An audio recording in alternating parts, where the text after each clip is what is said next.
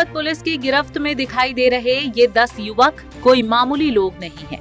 इन युवकों ने 30 अक्टूबर को नेशनल हाईवे 44 पर स्थित भिगान टोल पर बिना टोल दिए गुजरने की कोशिश की, लेकिन वहां पर मौजूद कर्मचारियों ने उनका विरोध किया तो सभी युवकों ने अपनी गाड़ियों से उतरकर टोल मैनेजर को हथकड़ी लगाकर उसे अगवा करने का प्रयास किया, जिसके बाद पुलिस ने सभी को गिरफ्तार किया और रिमांड पर लिया।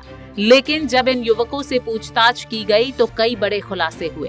इन युवकों से ग्रीस और इंग्लैंड में बैठे हुए सरगना सोशल मीडिया के माध्यम से बातचीत करते और इन्हें भारत के कानून ना मानने पर मनाते, जिसके बाद ये इस तरह के कदम उठा रहे थे।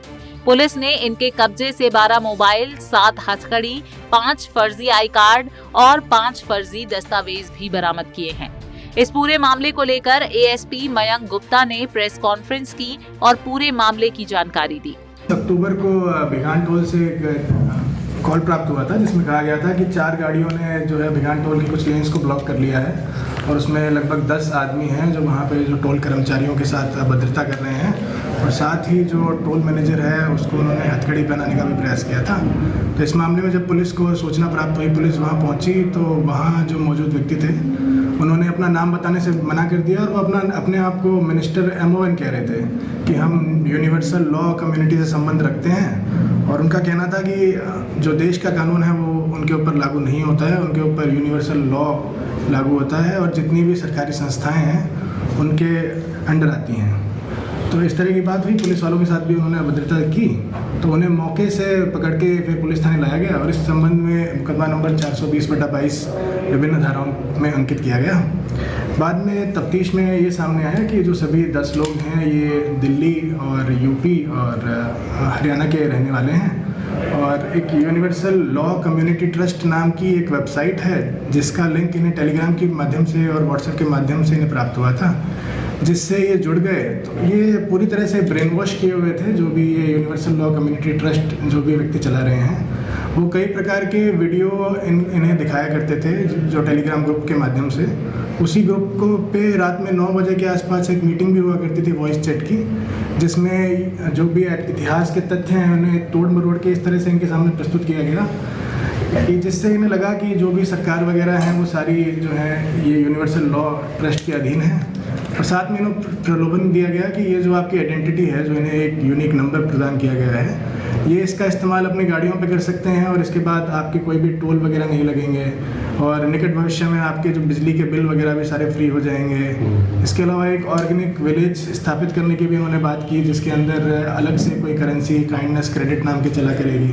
तो इस तरह इन्हें झांसे में लेकर और सभी व्यक्तियों को यूनिवर्सल लॉ कम्युनिटी ट्रस्ट के प्रचार प्रसार में लगा दिया गया और साथ ही ये जो अवैध काम जो कर रहे हैं टोल वगैरह फ्री करवाने का, रास्ता रोकने का, लोगों को डराने धमकाने का, तो उस कम्युनिटी को स्प्रेड करने के लिए भी इस तरह से काम करते हुए पाए गए हैं। ऐसा क्या कोई पता चल पाया हो किस संगठन से जुड़े हैं? क्या कोई आतंकवादी संगठन है वो भारत में आंतरिक कलह के लिए इस तरह की कोई चीज़ें तो नहीं कर रहा था? क्या इस पर भी तफ्तीश है वो जारी है क्या पुलिस? आतंकवादी संगठन होने के बारे में तो अभी कोई सूचना इस प्रकार की हमें तफ्तीश में नहीं मिली है, पर ये एक यूनिवर्सल लॉ कम्युनिटी ट्रस्ट की एक वेबसाइट भी है और प्रोटॉन मेल पर ये ऑपरेट करते हैं। पहले अकाउंट नंबर वगैरह रजिस्टर करवाते हैं और पूरे विश्व में कई प्रकार के वीडियो हैं जो इसी संगठन के लोगों द्वारा, इसी तरह के ब्रेन वॉश किए हुए लोगों द्वारा बनाए गए हैं जिसमें वो इस तरह का गैर कानूनी काम कर रहे हैं। क्या कोई ऐसा आदमी मिला जो इनको ब्रेन वॉश जो करता हो वो उसका कोई मुखिया वगैरह? जैसे जब हमने इनके मोबाइल फ़ोन्स वगैरह का विश्लेषण किया है तो उसमें कई संदिग्ध हमें एडमिन वगैरह मिले हैं। अच्छा। तो उनकी डिटेल अभी हम साइबर सेल के माध्यम से टेलीग्राम से डिटेल प्राप्त कर रहे हैं। तो उन संबंधित जो भी व्यक्ति होगा जो भारत में होगा उसके यहाँ रेड करके उसे गिरफ्तार करके फिर पता लगेगा कि आगे इसमें क्या है। सर ये पूरा का जो पूरा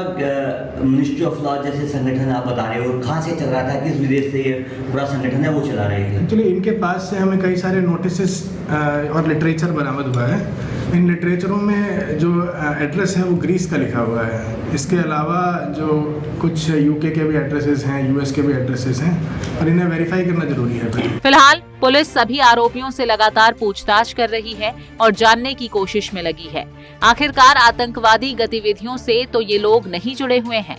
हालांकि अभी तक इस तरह की कोई भी बात पुलिस के सामने नहीं आई है। पुलिस इनके मोबाइलों को भी खंगाल रही है ताकि इनकी देश विरोधी गतिविधियों का पता लगाया जा सके। और कौन से लोग विदेशों से बैठकर इस तरह भारत के लोगों को गुमराह कर रहे हैं, उन तक भी पहुंचा जा सके। सोनीपत से सनी मलिक, पंजाब केसरी टीवी। हमसे जुड़े रहने के लिए हमारे YouTube चैनल को सब्सक्राइब करें और नई वीडियो की नोटिफिकेशन के लिए बेल आइकॉन को दबाएं। अगर आप ये वीडियो Facebook पर देख रहे हैं तो लाइक जरूर करें और ज्यादा से ज्यादा शेयर करें। धन्यवाद।